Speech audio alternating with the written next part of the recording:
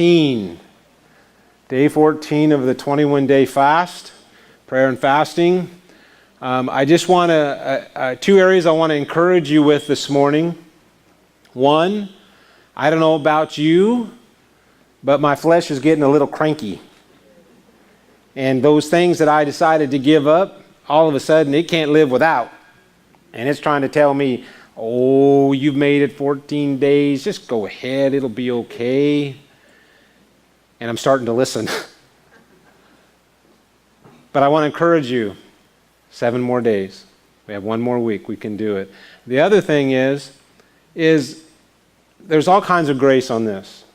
We don't do this legalistically. We don't do this with a stick on your behind you, ready to whack you if you mess up. And invariably, life gets challenging, life gets happen, and sometimes we go back or we stop, we get just tired of it, and so we kind of give up. And I'll be honest with you, I've had a few days in the last 2 weeks where the temptation was just too great. But you know what? God forgive me, and I keep going. You just pick it back up and you keep going. And so I want to challenge you. Now we're down to a 7-day fast. That's all we have left. Okay? So if you've stumbled along the way, if you've given up along the way, say, pick it back up. Start again tomorrow. Let's get to the finish line. Let's spend some time with God this week. Let's press in and see what God has for us. It's all grace. It's all done to the Lord. And so I just want to encourage you to not faint, as Billy said, to not be weary in well-doing, but to keep pressing in towards the end. Also with that, as we wind down, I would like to we're going to have a prayer time on Friday night from just 7 to 9, just to come to kind of wrap this time up of coming together in prayer. We have prayer tonight at 6, but if you're available on Friday night and would like to come, if you would like prayer on Friday night, come and we'll pray with you, pray over you, and just spend some time seeking the Lord for all that He has for us in this coming year. So that's Friday night from 7 to 9 if you can make it. Okay. I want to just kind of go back over some things that Billy said this morning at the end of worship, because once again, she dovetailed right into what I felt the Lord had for us this morning. And the thing that, if you remember, what was the word that kept going over in her mind? Perseverance. That we do get tired. We just get tired. Life just beats us down. And I really feel this morning the Lord's call to us to come to Him. The Lord in Matthew chapter 11, it says, "Come to me and I will give you rest. All you weary and heavy laden, I will give you rest." The word for this year, or we've been, the last couple weeks, we've been talking about raising the bar of expectation. To raise the bar. Expectation means a strong belief that something will happen or be the case in the future. To have a sense of expectation that something is going to happen, something is coming, something is going to change. We all get comfortable in our routines, and we settle into where life is taking us. And we lose our hope and expectations for a different tomorrow. That we begin to just go through life, go through the motions, take each day as it comes, and there's things that we want to see happen. There's things that we want to see change. And yet, we just kind of go from day to day into our normal routines, and we lose that sense of hope that drives us. We lose that sense of expectation of waiting for something, knowing that something better is there. And so we just settle in and we get comfortable with our circumstances and what's going on in life. To raise the bar of expectation is to get that sense back, to get that sense of hope, to get that sense of it can be different, things can change.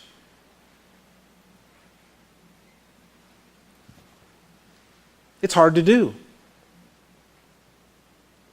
Life has a way of beating us down, and we ask and we pray and saying things don't seem to change. And we get into that stagnant place. And then just sometimes life is so wearying, so hard, so difficult, that man, we just want to call a timeout. Stop the train. I just need a rest. But guess what? Monday morning always comes around. And it's back at it. Another day, more situations, more things to deal with. And we sit here tired and weary, and you got some preacher up there going, man, raise the bar, get excited, think about the future. And you're going, man, I can't even get through today. It's a real struggle, and it's real. And raising the bar of expectation is about not letting life just hold us captive. That we begin to dream a little bigger dreams. And yes, I know we're tired. I know we're weary. And God does too. God's call this morning through Billy to persevere, to keep going. He knows, he understands. Spiritually, we get dry. Spiritually, it gets hard. And there's times that you wonder, God, where are you? God, I keep asking, I keep praying, I keep believing. What's going on? I don't understand.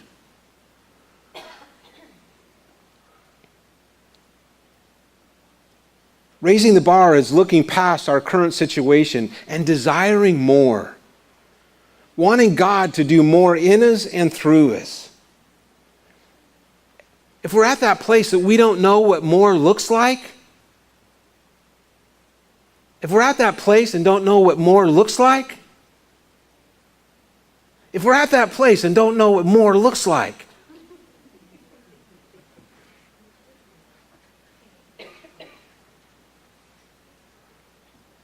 if you don't know what more looks like, ask God. Just begin to ask God. You know, it's a dead giveaway when their heads are down for like 3 minutes. They're writing, yes. Wasn't talking about you. This year, what is the word for this year? Integration. Thank you, Pat. She takes notes. Integration. What does integrate mean? It means to combine one thing with another so that they become whole. Okay? We take our life and the life of Jesus, and we are to integrate. We are to be moving in together so that the two become a whole. Now that is a process, and it's a process that takes time. But we have our life, and we have the life of Jesus. And sometimes we look at the life of Jesus and go, that is impossible. And the thing I talked about last week is when we talk about integration, it isn't that God wants carbon copies of Jesus. What God wants is you, in your personality, in your uniqueness, to reflect Jesus, to take on his demeanor, to take on his characteristics. So guess what? It becomes a nicer version of you. More compassionate, more caring, more kind. That as we integrate his life into ours, that slowly becomes one. The whole becomes one. Now, change is hard. Change is difficult. Nobody likes change. Last year, we got new flooring, and we rearranged the chairs. There were some people that weren't happy. They didn't know where to sit. Change is hard. Change is difficult. We don't like change. We like comfortable. We like routine. And yet, the very thing that God calls us to is change. To not be who we continually were, but to be continually changing, integrating. God's expectation for us is that we change and become what He created us to be. But the path can be wearying because change comes so slowly, we tend to give up. How many have been asking for something and asking something for God? That you've just gotten to the place of,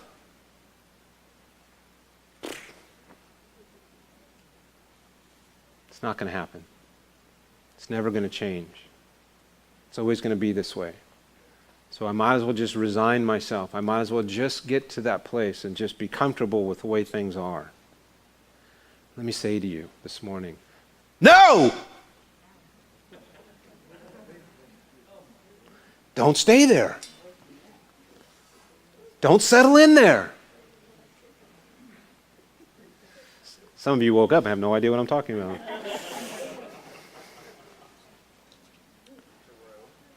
Jesus gives us an invitation. Guys, it's time to get our passion back. It's time to get desire back. Is God the God of all creation? Did God promise to be with us? Does God promise to move in our circumstances and situations? Jesus gives us an invitation to not stay where we are. Again, Matthew 11:28 says, then Jesus said, come to me, all ye who are weary and who carry heavy burdens, and I will give you rest. He knows the load that we carry. He knows what we're under. And He invites us to come to Him and give it to Him. Guys, it's okay to come to Him and say, God, I am tired. I need rest. I need you to revitalize me. I need you. God, I just need you. Galatians 6:9 says, so let's not allow ourselves to get fatigued doing good. At the right time, we will harvest a good crop. We don't give up or quit. That a farmer has to wait for the crop to grow. He has to be patient. And those prayers that you keep praying, those seeds that you keep planting, that keep asking God, there is a harvest that's coming. But we cannot give up. We cannot quit. All throughout the New Testament, we see people coming to God, coming to Jesus. I just want to do a quick list. And I want you to pay attention to how they came to Jesus. What was motivating them? What was the desire? How were they coming to Him? So as I just quickly read through, there's about 8 or 9 scriptures that I'm going to read through. But pay attention. Okay, the first one, Matthew 8:2-3. It says, suddenly a man with leprosy approached Him and knelt before Him. Lord, the man said, if you are willing, you can heal me and make me clean. Jesus reached out and touched him. I am willing, he said, be healed. And instantly the leprosy disappeared. Suddenly, a man with leprosy approached him and knelt before him. Kneeling was a place of recognition of who he was, but a place of humility. A man with leprosy was supposed to cry out, unclean, unclean, and people were to back away, to stay away. And yet, in desperation, he came to Jesus and knelt before him. If you are willing, I can be made clean. Next one. In Matthew 8:5, when Jesus returned to Capernaum, a Roman officer came and pleaded with him. Lord, my young servant lies in bed, paralyzed and in terrible pain. Jesus said, I will come and heal him. Look at the response of the man. The man came to him and pleaded with him. Next one. And Jesus was saying this. The leader of a synagogue came and knelt before him. My daughter has just died, he said, but you can bring her back to life again if you will just come by and lay hands on her. Again, coming and kneeling before him. Jesus gets up to go, and we read the next one. Just then a woman who had suffered for 12 years with a constant bleeding came up behind him. She touched the fringe of his robe, for she thought, if I can just touch his robe, I will be healed. Again, a woman with an issue of blood. She was bleeding. Again, having to cry out, unclean, unclean, and have people separate for her to go through. And yet, if she's going to touch the hem of his garment, where is she? She's on the ground, on her hands and knees, crawling through the crowd. If I can but just touch the hem of his garment, I could hear the faith, hear the cry of her heart, see the desire of her pressing through the crowd, just knowing if I can get to his hem, I can be made whole. Guys, do we have that kind of passion? Do we have that kind of desire? Do we have that kind of belief that will not be denied, that will not turn back? They'll say, if I can just get to Jesus, I can be made whole, that my circumstances can change. Next one. And Jesus left the girl's home. 2 blind men followed along behind him, shouting, Son of David, have mercy on us. Then they went right into the house where he was staying, and Jesus asked them, do you believe that I can make you see? Yes, Lord, they told him, we do. As Jesus had left the house where he just raised the girl from the dead, these 2 blind men are following along behind him saying, shouting, Son of David, have mercy. Okay, if you go walking down the street shouting, guess what's going to happen? You what? They're going to think you're nuts. You're going to be causing a commotion. People are going to think you're weird. You might get arrested.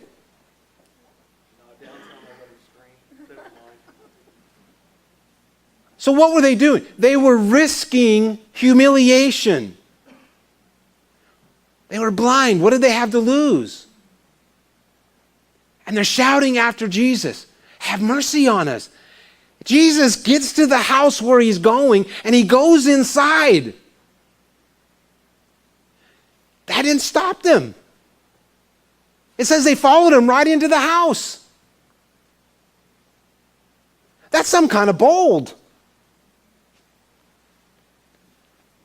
Listen, I know if 2 people were after me saying, will you pray for me? Will you pray for me?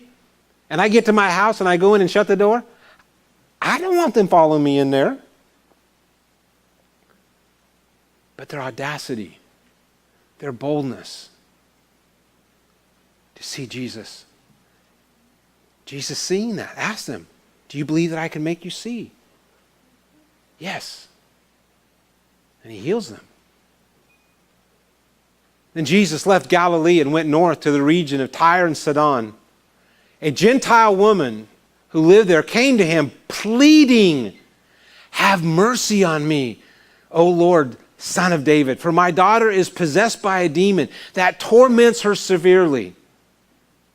This is a Gentile woman. Gentiles and the Jews did not mix.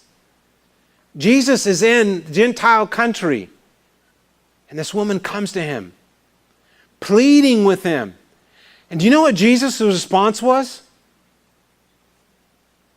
It's not good to give the bread from the master's table to the dogs. He insults her. You know what the woman says? She started crying and went home. She says, even the little dogs eat the crumbs from the table. And Jesus says, your faith has made your daughter whole. The tenacity to push in, to not be rejected, no matter what it looks like, no matter what's being said, no matter who's saying it.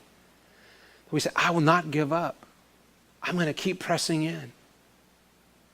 Look, some people have told you you're crazy.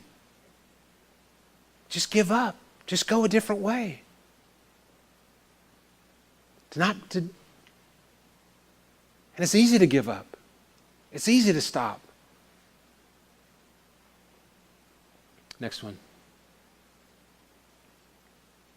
As Jesus and the disciples left the town of Jericho, a large crowd followed behind. 2 blind men were sitting beside the road. When they heard that Jesus was coming that way, they began shouting, "Lord, Son of David, have mercy on us." Be quiet, the crowd yelled. But they only shouted louder. "Lord, Son of David, have mercy on us." I would scream, but I don't want to scare you. I already did that once. But when Jesus heard them, he stopped and called them. "What do you want me to do for you?"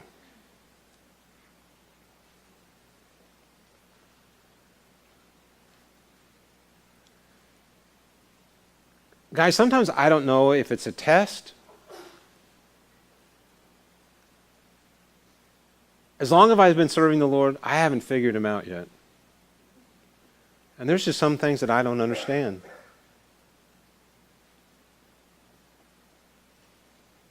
That doesn't change who he is. And it doesn't change the fact that God says that he will answer our prayers. Now, yes, sometimes the answers are no. Sometimes the answers are wait. That's the one that we have a hard time with, is wait. But there's something that God does in the waiting. And one of the things that he does, I believe, in the waiting, and there's probably many things that he does, but he wants to know how committed we are, how serious we are. Do we really believe it? Even in the face of seemingly rejection or a seemingly no, will we keep persevering? I believe the next one is the last story. Jesus tells, there's one more. Jesus left Tyre and Sidon and went to Sidon before going back to the Sea of Galilee in the region of the 10 towns. A deaf man with a speech impediment was brought to him, and the people begged Jesus to lay his hands on the man to heal him. You know, we have a hard time with that word begged. There's some in religious circles that would say, you just ask God once, and then you just thank him for the answer. And I believe that that is part of it. But I also believe that it's okay to keep asking. Some would say that it's a lack of faith to ask more than once. Like I said, I haven't figured this all out. And until God slaps me upside the head and says, quit asking, I'm going to keep asking. I'm going to keep believing. It says the people begged Jesus to heal him. Did they beg him because God was resistant to heal? No. They were desperate to see an answer. They pleaded with him. The very last story I want to share with you this morning is Jesus gives a parable. Jesus told them a story showing that it was necessary for them to pray consistently and never quit. He said there once was a judge in some city who never gave God a thought and cared nothing for people. A widow in that city kept after him, "My rights are being violated, protect me." He never gave her the time of day, but after this went on and on and on and on, he said to himself, I care nothing with what God thinks, even less what people think. But because this widow won't quit badgering me, I better do something and see that she gets justice. Otherwise, I'm going to end up beaten black and blue by her pounding. Then the master, or Jesus, said this, do you hear what the judge, that judge, corrupt as he is saying? So what makes you think God won't step in and work justice for his chosen people who continue to cry out for help? Won't he stick up for them? I assure you he will. He will not drag his feet. But how much of that kind of persistent faith will the Son of Man find on the earth when he returns? Jesus throws down a challenge. He throws down a challenge to us. If Jesus was to come back tonight, would he find that persistent faith in us? Would we be crying out for justice? Crying out. Not quitting, not giving up. This morning, I believe God, through Billy, through myself, is speaking to us. If you're tired, come to Him. If you've given up, come to Him. If you're persistently praying, keep praying. Don't give up. Don't stop. God promises a reward. But more than anything this morning, what I feel from God is, what I sense from God is there's a lot of you that are tired, that are weary. And God's inviting you to come. In just a minute, I'm going to invite you to stand. And then I'm going to invite those that want prayer to come forward. But I want to remind us of something. Those of you that have been in the church a long time, you've kind of seen the changes over the years. And I kind of came in at the tail end of something and have seen the evolution. But there was a time that the front of the church was known as the altar area. An altar is a meeting place with God. It's a place of transaction. It's a place of sacrifice. And back in the day, they would regularly give, pretty much after every service, there would be an altar call. And they actually used to have benches or a rail that was down at the altar. I remember as a young boy in my grandfather's church, people going to the altar and them staying there. There's an old term in Pentecostalism or Christendom, but they would stay there and get a hold of the horns of the altar. They would tarry.